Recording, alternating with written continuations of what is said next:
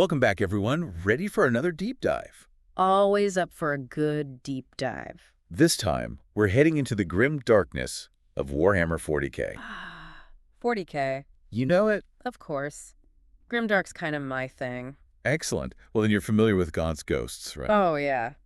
The Tanith First and only. Classic regiment. We're diving into their story specifically, using excerpts from Dan Abnett's Ghostmaker. So for those listening who maybe haven't met Gaunt's ghost yet. Well, they're definitely not your average Imperial Guard. Definitely not. Uh-huh. What makes them so unique, you think? Tragic beginnings, for one. I mean, their regiment is founded literally as their home world, Tanith, is being consumed by chaos forces. Talk about a baptism by fire. Right, and only half of them even make it out, led by Colonel Commissar Gaunt. Tough call leaving your planet behind like that. Oh, absolutely. Imagine seeing your home world just devoured by chaos. It's got to shape you, right? Yeah. I mean, how does a regiment recover from something like that? Yeah. And that's the core of their identity, isn't it? That shared trauma, that loss. It fuels their fighting spirit, but it also haunts them. Some argue Gaunt made the wrong call, that they should have stayed and fought to the death. Yeah, Major Rawne definitely felt that way. Was Gaunt abandoning his world or making a tough call for the greater good? Big questions right from the start. And that ambiguity really defines Gaunt's character too, doesn't it? You're right. He's the Colonel Commissar, a rare dual rank. That's got to tell you something. It screams competence, authority, the Imperium putting a lot of faith in this guy. But he's also carrying the weight of that decision to evacuate Tanith. Oh, there's definitely a burden there. A lot of guilt, probably. That scene where he carries Rawne, wounded, out of enemy territory, while Rawne is resenting him. Wow. Powerful stuff. There's a lot about Gaunt's leadership, right? Duty before everything, even personal feelings, even when it's hard. Which I guess you need in that universe. Warhammer 40K doesn't exactly reward sentimentality. No, not at all. Survival often comes down to brutal choices. But speaking of survival, how do the Tanith actually fight? They become known as Gaunt's ghosts, which implies a certain style. They're masters of stealth, infiltration, hit-and-fade tactics. Makes sense, considering their homeworld was all forests and mountains. They took what they knew and turned it into a strength. Like that time they navigate this insane rat maze to attack a chaos citadel. That wasn't luck. That was knowing how to exploit terrain that would break other regiments. And they even managed to ambush Chaos Space Marines. Which, let's be real, is basically taking on superhuman killing machines. That takes some serious guts and cunning. And then there's that refinery infiltration, during a psychic swarm, no less. Most regiments would just crumble under that kind of pressure. But the Tanith, they use the chaos to their advantage. So they're adaptable then. Incredibly so. They take those harsh beginnings, the loss of Tanith, and they forge themselves into something truly formidable. Which leads us to Monthax, a jungle world that becomes their crucible during the Sabbat World's crusade. Ah, yes, Monthax. Not a fun place to be. Why is that? It's this relentless jungle world.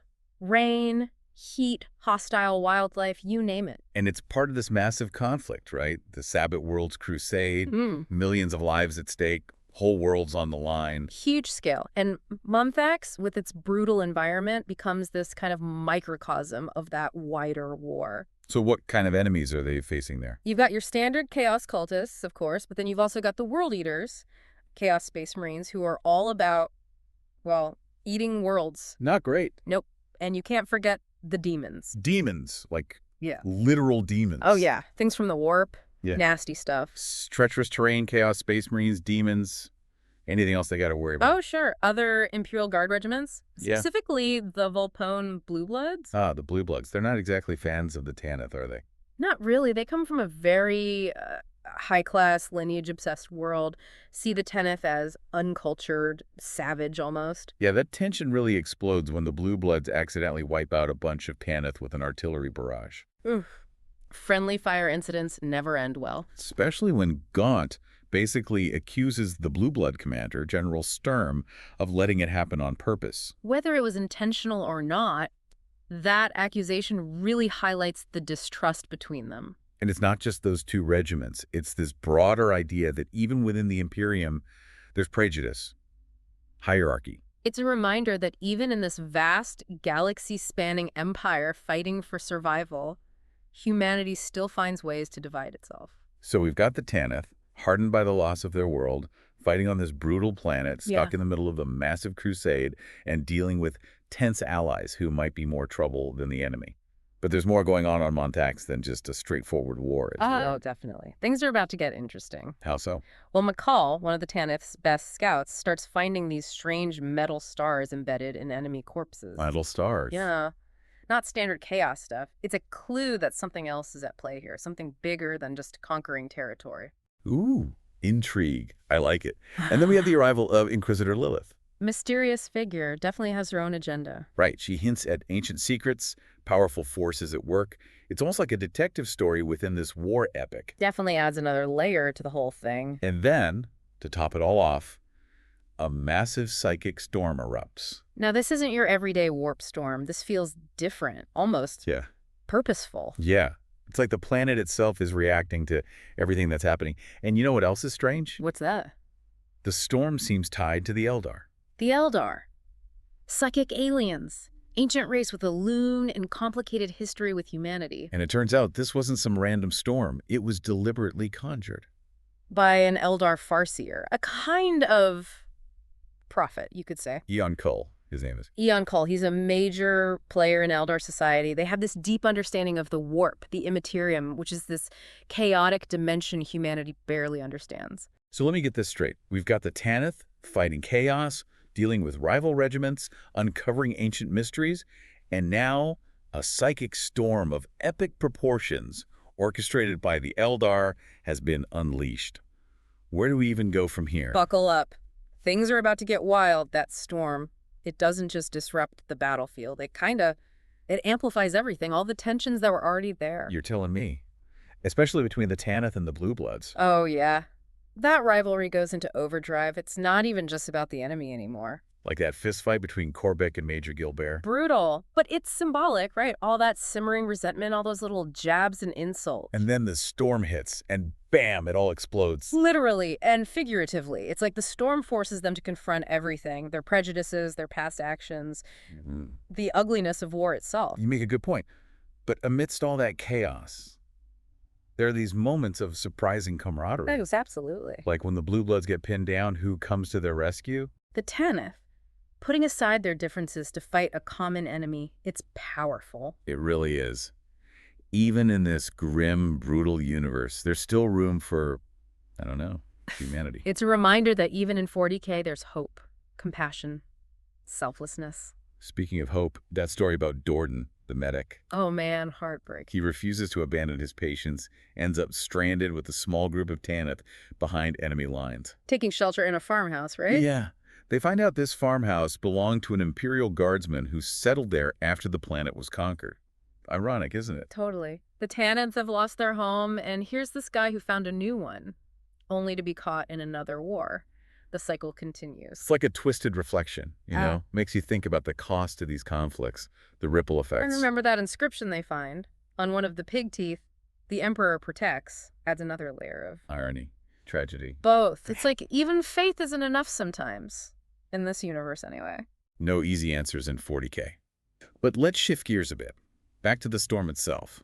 It really reaches its peak during the Tanith's raid on that refinery complex. Oh, yeah. That's a tense sequence. They're not just fighting chaos, they're battling the storm's effects, too. Disorientation, sensory overload. It's a testament to their training, you know? Yeah. Their discipline. They keep it together when others would just fall apart. True. But we also see the psychological toll it takes. Like Larkin. He really starts to unravel as the storm amplifies all his fears and anxieties. War changes you, scars you, not just physically, but mentally, too. The refinery raid also shows us, well, a darker side to the Tanith. What do you mean? They come across these enemy soldiers executing prisoners, and they intervene, but not out of mercy. They want to use the prisoners as bait. Right. It's brutal. But it's also a reminder that there are no clean hands in war. Tough choices. No easy answers. Exactly. And meanwhile, Mkoll makes another unsettling discovery. Let me guess. More metal stars. Nope. He finds this hidden bunker filled with dead Eldar. Dead Eldar. But not killed by chaos. Right. They've been ritually sacrificed, which raises even more questions about the Eldar's involvement. What are they up to? What's their endgame? It's like this whole other layer of mystery. It's like we're peeling back layers of a cosmic onion, and each layer is weirder than the last. And then it gets even weirder. Gaunt, Corbec and Lilith, they stumble right onto the source of the storm. You're kidding. They find it. An Eldar shrine, hidden deep in the jungle. So they come face to face with whoever's behind this whole thing. And who do they find leading the Eldar? Mkoll, the Farseer. Of course, the puppet master reveals himself. It's a showdown, the Imperium versus the Eldar. Two completely different ways of seeing the universe. But it's more than just a battle, right? Way more. It's about ideology, philosophy, the clash between faith and pragmatism. Because Gaunt, he's still fighting for the Imperium, for humanity, even though he's starting to see the cracks in that whole system. He's realizing that the universe is a lot more complicated than he thought. And then Lilith drops the bombshell. Uh-oh, what does she do? She's not just helping the Eldar close the rift. She's joining them, leaving the Imperium behind. Whoa, that's a huge decision. She's basically saying she's learned more from the Eldar in a few days than she has from the Imperium in her whole life. And the storm, what happens to it? It reaches this crescendo, this blinding flash of light, and then silence. Mkoll closes the rift. The demons are gone.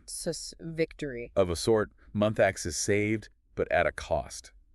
The battlefield is a mess. So many dead.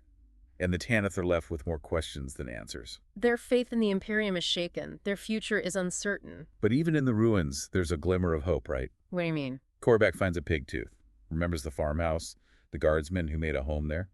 And he vows to find a new Tanith for his regiment, a place where they can finally settle, rebuild. So the ghosts of Tanith, they march on, forever haunted by the loss of their world, but always searching for something better. It's hopeful, in a way. I guess even in the grimdark future of 40K, you can't completely extinguish hope. Nope. It finds a way. Okay, so Lilith, she just drops this bombshell and leaves with the Eldar. What was her reasoning? Lilith explains that the storm wasn't random chaos. It was planned. Mkoll conjured it for a specific purpose, to close a warp rift. A warp rift. A tear, in reality, like a doorway. And on the other side, demons. Oh. So it wasn't just about Monthax. This rift could have threatened everything. The whole sector, at least. Maybe more. The Eldar, they understand the warp better than anyone. They can manipulate it, use it as a weapon. And those metal stars, the ones Mkoll found. Eldar artifacts, designed to disrupt the warp and seal the rift. They knew this was coming, and they prepared for it, while the Imperium was clueless. So Lilith, she saw the danger and she chose to work with the Eldar. But why all the secrecy? Why not just warn the Imperium? The Inquisition, it's a shadowy organization. They make hard choices, choices that would seem heretical to most. Lilith, she gambled. The ends justify the means, even if it meant going against her own people. It's a tough call. But when you're dealing with demons and warp rifts, I guess there's no easy answers. Right, no black and white, just survival. Meanwhile, back on Monthax, the Tanith and the Blue Bloods are still fighting like hell. Yeah. The whole cosmic crisis is happening, and they're stuck in the trenches, fighting for their lives. And the storm is still messing with everyone. Rawne, he leads a detachment of Tanith, and they find another Eldar structure. But he sees it as Tanith, like the storm is warping their perceptions, their memories. That's Eldar psychic power, messing with minds, making you question what's real and what's not. And Bryn Milo, he's never even seen Tanith, but he starts having visions of it, like the storm is pulling on some shared memory.